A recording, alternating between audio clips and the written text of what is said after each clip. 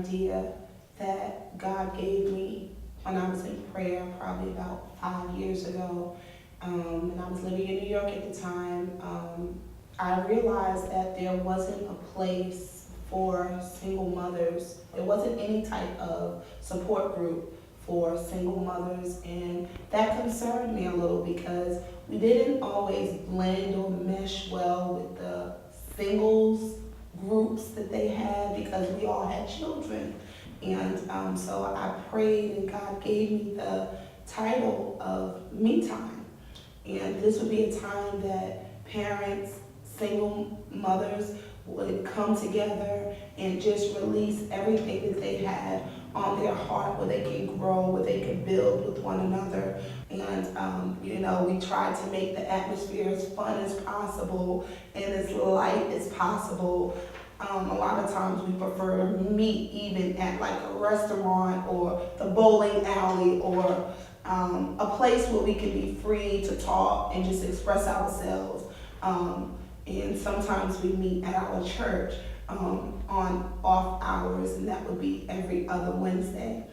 Me Time at Greater Love Outreach is a wonderful program for single mothers. It allows us to talk about situations that you might not be able to talk about with your normal friends without children.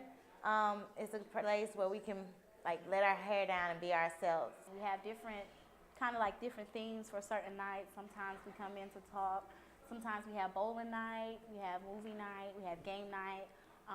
It's just a wonderful group to be a part of. We can come together and talk about our different struggles, talk about just anything that we need to kind of get off our chest.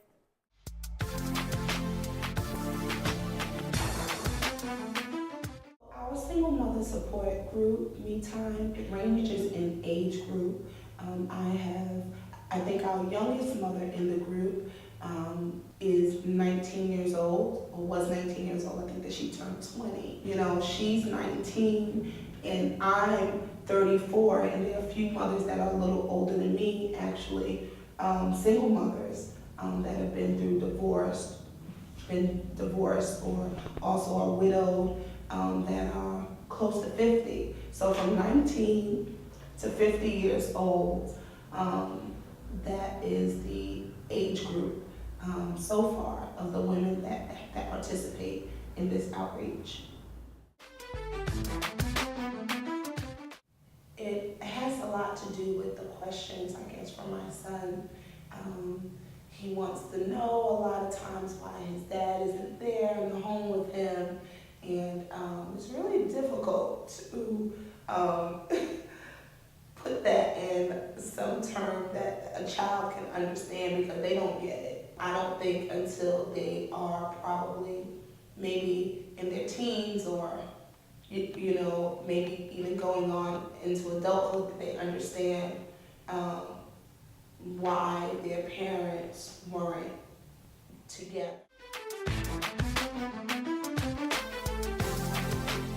I'm here to let you know that you don't have to stop. Don't let a child stop you, because there's greater plans out there for you. You just got to continue on. Don't let it stop you. All right, so just continue on. And the thing that I worry about most, some people worry about the teenagers getting pregnant, but it's something out there greater than a baby. A lot of them get HIV. So I'm encouraging you, keep from sex until you get that perfect mate, okay? But if you do mess up, don't stop, but continue. Just continue. Don't have an abortion either, because that's like taking a life. Because I believe if you get caught up out there, you can learn from that. And I'm not calling kids mistakes, but sometimes we get caught up out there. But I just want you to know that you don't have to stop there. There's better and greater things for you. Just don't fall down. And one thing I always tell the girls, the first one is a mistake, but if you continue to have babies and don't try to get married, it's not a mistake. It's just a way of your life, and that's the way you want it to be.